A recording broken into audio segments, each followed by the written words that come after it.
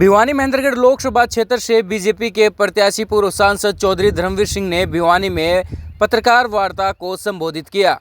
इस दौरान उन्होंने अपनी जीत का दावा किया, वही बाडा में हारने की बात उन्होंने दोबारा दोहराई।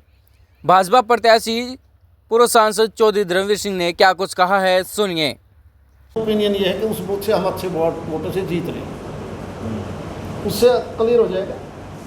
जीत का मार्जिन पिछला रहेगा? नहीं रहेगा। कितना रहेगा फिर अंदाजा? कहाँ तक का आइडिया? भाई देखो, मैं अंदाज़ा तो नहीं लगा सकता, लेकिन जीत निश्चित है। क्योंकि अब मैं आपके सामने कुछ कह दूँ, पिछली बार 2.25 लाख से वहाँ जीत मान जाता, पहुँच गई 4.5। इस बार मैं कई बार कह देता हूँ नहीं मैं तो इतना ही जीतूँगा। मुझे आप जैसे लोग कहते तो यार क्यों डिमोरलाइज कर रहे हो। वोटिंग वाले दिन 4 लाख करोड़ जीत बता रहे थे आप। हाँ जी, वोटिंग वाले दिन 4 लाख करोड़ जीत बता रहे थे आप, उसके बाद 50,000 रुपये आगे का क्या अंतर रहा? रीजन क्या रहा? ऐसा सुबह मुझे पोलिंग का किसी ने वोट तो डाला नहीं था। वोट डालने के बाद फिर हम जब पता करते हैं तो अंदाज़ा आया कि नहीं, उतनी बड़ी लीड नहीं है। मार्जिन कम हो गया पिछली बार से, इसका मुख्य कारण क्या मानते हैं? जब कांग्रेस की सरकार थी 2014 में, किसी को पता था कि इसकी सिर्फ 48 सीट आएंगी? नहीं पता था। देश का वोटर है, किसको पता था? भारतीय जनता पार्टी की भी 2 सीट आई, राज 300 प्लस है। देखो, इस देश का मतदाता बहुत समझदार है। लीडर बाद में, लीडरों से ज़्यादा मतदाता फैसला करता है और उस फैसले को हमने सिर मारते हैं। आपकी एक्टिंग करने जा रही है, तो नई प्लान क्या है विकास की? हमारे नेता की नीयत ठीक। मैं अपने आप में कोशिश करता हूँ कि मेरे से कोई गलती ना हो और जहाँ देश प्रदेश का विकास हो। मेरी भिवानी महेंद्रगढ़ लोकसभा क्षेत्र की 2 चीज़ों में हमारी पूरी कोशिश होगी। नंबर 1, अच्छी कनेक्टिविटी हम 6 महीने में कंप्लीट कर लेंगे। उसके बाद यहाँ उद्योग कैसे बढ़े, क्योंकि दिल्ली के आसपास 40 करोड़ रुपया प्रति एकड़ ज़मीन है, हमारे यहाँ लाखों में है। 3 जिले हैं, तीनों जिलों में कोई इसी प्रकार से IMT के अंदर को अच्छे उद्योग आएँ, क्योंकि कनेक्टिविटी ही रीजन बचा है। रॉ मटेरियल हमारे पास नहीं है, ताकि रोज़गार भी मिले, टैक्स भी आए। दूसरा, पानी की अभी मैं कमी मानता हूँ। पानी को हम ठीक ढंग से इसकी कैपेसिटी कैसे बढ़ा सकते हैं, ये तो होगा हमारा फोकस। बाकी जो डेवलपमेंट की जो और चीज़ें हैं उसके ऊपर हम कोशिश ये करेंगे कि ये क्षेत्र प्रदेश के और क्षेत्रों से थोड़ा बहुत आगे बढ़े, क्योंकि स्कोप बहुत ज़्यादा है। सर, आपने थोड़ा पर्यावरण का मुद्दा निकाला, रोड का आपने जिक्र किया। रोड के दोनों तरफ जो पहले वृक्ष लगे हुआ करते थे, वो नई तरीके से जो सड़कें बड़ी छोटी होती हैं तो उनको जमीन उसके बदले में नहीं दी जाती, ना ही वृक्ष रोपण होता है। तो ऐसे में कैसे पर्यावरण सुधरेगा? क्या इन बातों में उस तरीके से चिंता की जानी चाहिए? शायद आपके पास इन्फॉर्मेशन नहीं है। जब भी कोई रोड की वाइडनिंग होती है, रोड चौड़ा करा जाता है, तो बाकायदा पेड़ों की गिनती होती है। जब तक उन पेड़ों के बदले में ज़मीन नहीं मिल जाती, पेड़ नहीं लग जाते, तब तक हमें लाइसेंस नहीं मिलता, यानी तब तक हमें परमिशन नहीं मिलेगी रोड बनाने की। एक भी पेड़ कटा है तो उसके बदले में ज़मीन चाहे कहीं मिले, हमने ज़मीन लेनी पड़ती है, चाहे स्टेट हाईवे हो, नेशनल हाईवे। मैं इसमें 1% भी सच्चाई नहीं मानता। क्यों है मुझे नहीं पता, ये सारे का सारा मुझे लगता है। अब जैसे हम चंडीगढ़ 27 तारीख की मीटिंग थी, मीटिंग में तो सिर्फ यही देखना था कि भाई पूछो क्या हमारा वोट परसेंटेज है, ये और कैसे बढ़ा जा सकता है, आगे चुनाव होंगे उसके लिए हम प्रदेश में और अच्छा काम कैसे कर सकते हैं। कहीं जैसे मान लिया कुछ एक चीज़ें अमेंड भी करनी पड़ती है। उदाहरण के तौर पर पंचायतों की पावर हमने कुछ दूसरे प्रकार से करी थी, या कोई ये जो प्रॉपर्टी ID है या कोई और 5-4 चीज़ें थी, इसमें हम और सुधार करके आगे कैसे बढ़ सकते हैं। इस बार की चर्चाएँ थी, ये दूसरी चर्चाएँ पता नहीं कहाँ से आ जाती हैं। इसी प्रकार की सिरसा के भी चर्चाएँ CCTV था, उसके EVM पे लगा क्या सिरसा में EVM मशीनों पे CCTV लगे थे, उनके वो नीचे की जो मशीन भी होती है वो जैसे चेंज की गई, उनके आदेश वगैरह चेंज की, तो बगैर वहाँ पर जो अलग अलग पार्टी दलों के लोग बैठे थे उनकी सूचना दिए हुए डायरेक्ट बदल दी गई। तो थोड़ा सा अरे मैं मानता हूँ पहली बार प्रदेश में बहुत शांतिपूर्ण मतदान हुआ है। अब इतना बड़ा लार्ज स्केल पर कोई काम हो रहा है नहीं। और मैं पेन से देख रहा हूँ, पेन चलता चलता मेरा बंद हो गया, तो क्या मैं सबसे पूछूंगा मैं पेन बदल लूँ क्या? ये मतलब मुझे लगता है इतनी सीरियस बात नहीं होगी यार, अगर कोई ऐसा है तो। स्थानीय मुद्दे सर हैवी रहे या बड़ी मार्जिन के ऊपर, सर क्या मानते हैं? देखो, मैं ये भी अच्छी बात, ये था पार्लियामेंट का चुनाव, पार्लियामेंट का चुनाव होना चाहिए, राष्ट्र को हमने मजबूत कैसे बनाना है। और ये भी मैं को अच्छी चीज़ नहीं मानता, पार्लियामेंट के चुनाव में स्थानीय मुद्दे आने चाहिए। स्थानीय चुनाव में विधानसभा है, लोकल बॉडीज है, स्थानीय मुद्दे अगर राष्ट्र के लिए प्रभावित करेंगे तो वो देश के लिए अच्छा नहीं है। बड़ी जीत के माध्यम से चलिए कहीं स्थानीय मुद्दे स्थानीय चुनाव में होने चाहिए। यही मैंने भिवानी में देखा है, सभी अधिकारियों ने ईमानदारी से इलेक्शन कमीशन के हिसाब से काम किया है। ये न्यूज़ जो इस प्रकार के प्लांटेड लगाते हैं, भगवान उनको सद्बुद्धि दे, ऐसा नहीं करना चाहिए।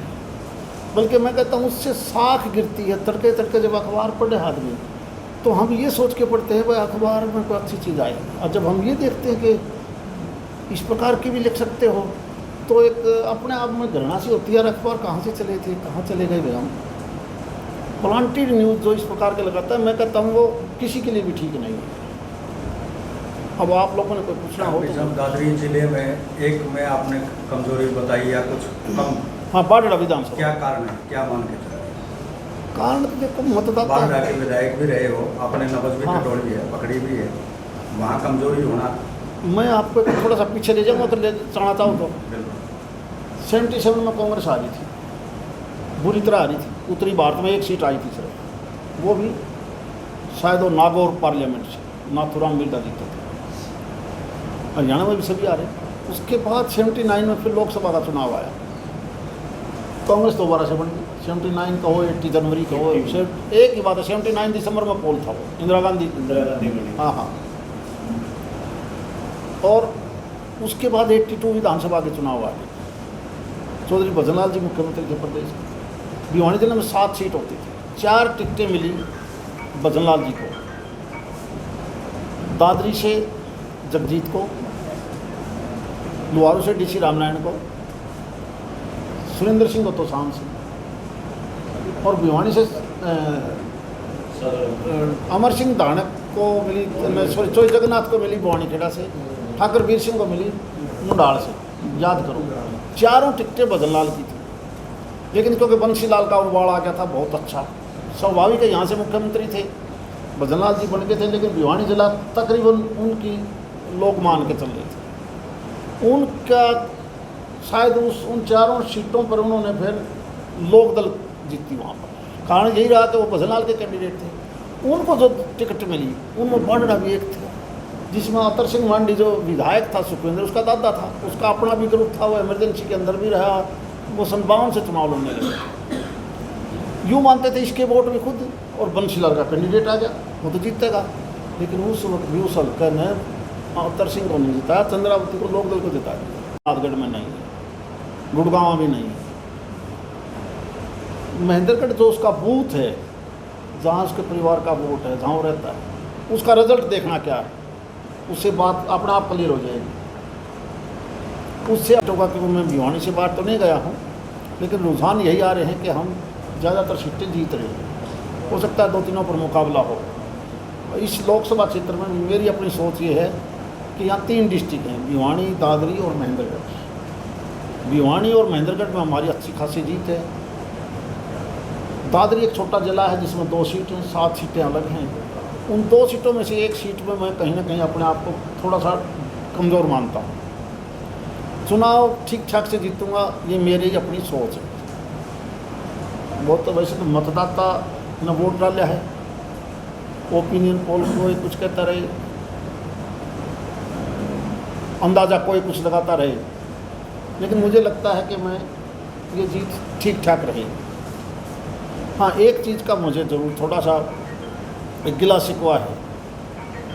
मैं आज ही एक अखबार को पढ़ रहा था, एक ऐसी प्लांटेड न्यूज़ लगने लगी जो मैं मानता हूँ प्रदेश देश इतना ठीक नहीं है। उसमें मेरा नाम लेके लिखा है एक ने, चंडीगढ़ से कोई खबर आई कि हमने किसी अधिकारियों की शिकायत की है, किसी ज़िले की डिप्टी कमिश्नर के बारे में शिकायत की है। मेरी आदत नहीं है, मैं पहली बार चुनाव में देखे हैं कि मेरे 3 डिस्ट्रिक्ट हैं, भिवानी, दादरी और महेंद्रगढ़, तीनों के सिविल प्रशासनिक अधिकारी, चाहे IAS हैं, HCS हैं, बिल्कुल ईमानदारी से काम किया है, बिल्कुल ईमानदारी से। मैं उनको बल्कि प्रोत्साहन देने की बात करता हूँ कि इस प्रकार का प्रबंध जो इस बार करा उन्होंने, इससे प्रबंध अच्छा मैंने कभी नहीं देखा। फिर भी किसी एक अखबार वाले ने ये कह देना कि मैंने फलां डीसी की शिकायत करी है। मुझे बड़ी शर्म आई कि इस प्रकार की बातें नहीं करनी चाहिए। जो भी अखबार है उस अखबार के मालिकों ने उस ऐसे आदमी से छुटकारा पा लेना चाहिए। नहीं भाई, इस प्रकार क्यों करते हो? जब मैंने न ऐसी सोच रखी, मैं तो बल्कि कहता हूँ ऐसे आदमियों को, ऐसे अधिकारियों को हमने स्वागत करना चाहिए जिनका अच्छा व्यवहार रहा है, सबका अच्छा रहा है। आप महेंद्रगढ़ जिले में जाके देखोगे, डिप्टी कमिश्नर हो, वहाँ के HCS के SDM वगैरह हो या कोई और पोस्ट हो, 6 पोजीशन दादरी में, वहाँ की डिप्टी कमिश्नर से बढ़िया अधिकारी मैंने आज तक नहीं देखा दादरी में। मेरे बारे में लिख दिया कि सभी साथियों को समझाओ, अगर मुझे एक पंखे की ज़रूरत है चलाऊँ। घर में 4 AC हैं तो हम एक AC चलाएँ, कम से कम चलाएँ, वरना ये टेम्परेचर जो बढ़ा हुआ है ये हमारे लिए बहुत दुखदायी होगा। बिजली का उत्पादन अचानक आप 2 गुना नहीं कर सकते। कहीं फिर उसी का नेगेटिव मैसेज आता है, नेगेटिव असर पड़ता है गरीब पर। कोई गांव में रहता है, कोई शहर में रहता है, पानी की सप्लाई भी बिजली से होती है। यानी हम हर आदमी को समझाएं कि कम से कम बिजली को खर्च करें ताकि ऐसी बीमारी ना पड़े। इसीलिए ओवरलोड होकर शॉर्ट हो जाते हैं, केबल जल जाती हैं। रही पानी की भी यही बात, पानी क्योंकि ऊपर कम होता जा रहा है। अब दिल्ली जैसे प्रदेश का, दिल्ली जैसे शहर का हाल देख रहे हो।